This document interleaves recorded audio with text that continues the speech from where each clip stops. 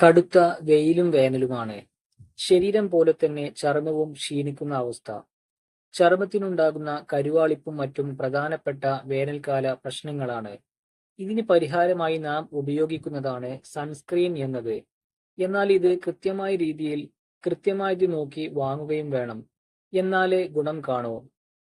ചിലർ സൺസ്ക്രീൻ വാങ്ങും, പക്ഷേ സൺസ്ക്രീൻ വാങ്ങുമ്പോൾ നമ്മൾ ശ്രദ്ധിക്കേണ്ട കുറച്ച് കാര്യങ്ങളുണ്ട്. പലരും ഇത് ശ്രദ്ധിക്കാറില്ല എന്നതാണ് വാസ്തവം. സൺസ്ക്രീൻ നമ്മുടെ ചർമ്മത്തിലേക്ക് അൾട്രാവയലറ്റ് രശ്മികൾ എത്തുന്നത് തടയുവാൻ സഹായിക്കുന്നു. അൾട്രാവയലറ്റ് എ ആണ് ചർമ്മത്തിന് സൗന്ദര്യപരമായി ദോഷം വരുത്തുന്നത്.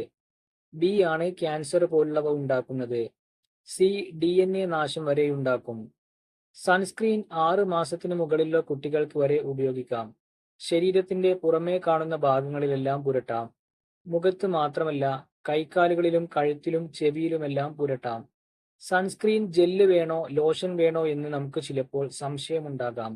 ചർമ്മം വല്ലാതെ വരണ്ടതും ചൊറിച്ചിലുമെല്ലാം ഉണ്ടെങ്കിൽ ലോഷനാണ് നല്ലത്. ഇത് മോയ്സ്ചറൈസിംഗ് ഗുണം നൽകും. നോർമൽ ചർമ്മമാണെങ്കിൽ ക്രീം ഉപയോഗിക്കാം.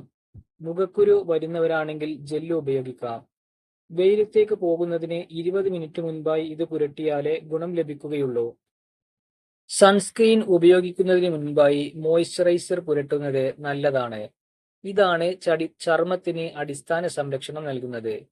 ഇത്തരം സൺസ്ക്രീൻ പുതുതായി വാങ്ങിയാൽ ചർമ്മത്തിൽ കയ്യിലോ മറ്റോ പാച്ച് ടെസ്റ്റ് നടത്തിയ ശേഷം മാത്രം പുരട്ടുക. ഇത് അധികം പുരട്ടേണ്ട കാര്യമില്ല. കൈവിരൽ തുമ്പിൽ ഉള്ളത്ര പുരട്ടിയാൽ മതി. ജെല്ലാണെങ്കിൽ 1/2 ടീസ്പൂൺ ഉപയോഗിക്കാം. ഇത് പതിയെ പുരട്ടുക. ഇത് വല്ലാതെ പുരട്ടി മസാജ് ചെയ്യരുത്. പുരട്ടിയാൽ മാത്രം മതി. ഇത് പുരട്ടിയാൽ 4 മണിക്കൂർ വരെ മാത്രമേ സംരക്ഷണം നൽകൂ. വീണ്ടും ഇത് പുരട്ടേണ്ടി വരും. വീട്ടിനകത്ത് ഇരുന്നാൽ 6 മണിക്കൂർ വരെ സംരക്ഷണം ലഭിക്കും. വെള്ളത്തിൽ ഇറങ്ങുന്നവരാണെങ്കിൽ 2 മണിക്കൂർ ശേഷം പുരട്ടാം. ഇത് വാങ്ങുന്ന സമയത്ത് 6 വയസ്സിന് താഴെയുള്ള കുട്ടികളാണെങ്കിൽ ഫിസിക്കൽ എന്ന കാറ്റഗറിയിൽ ഉള്ളത് തന്നെ നോക്കി വാങ്ങണം. ഇത് ചർമ്മത്തിൽ പുരട്ടിയാൽ അൾട്രാവയലറ്റ് രശ്മികൾ ചിതറിത്തെറിച്ചു പോകും. മുതിർന്നവർക്ക് കെമിക്കൽ വാങ്ങാം. SPF അഥവാ സൺ പ്രൊട്ടക്ഷൻ ഫാക്ടറി എന്നത് നോക്കി വാങ്ങുക.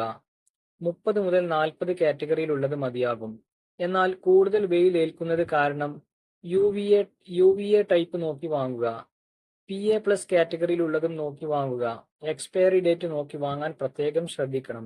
ഇത് പുരട്ടിയാലും വൈറ്റമിൻ D വേണ്ട രീതിയിൽ ശരീരത്തിന് വലിച്ചെടുക്കുവാൻ സാധിക്കും.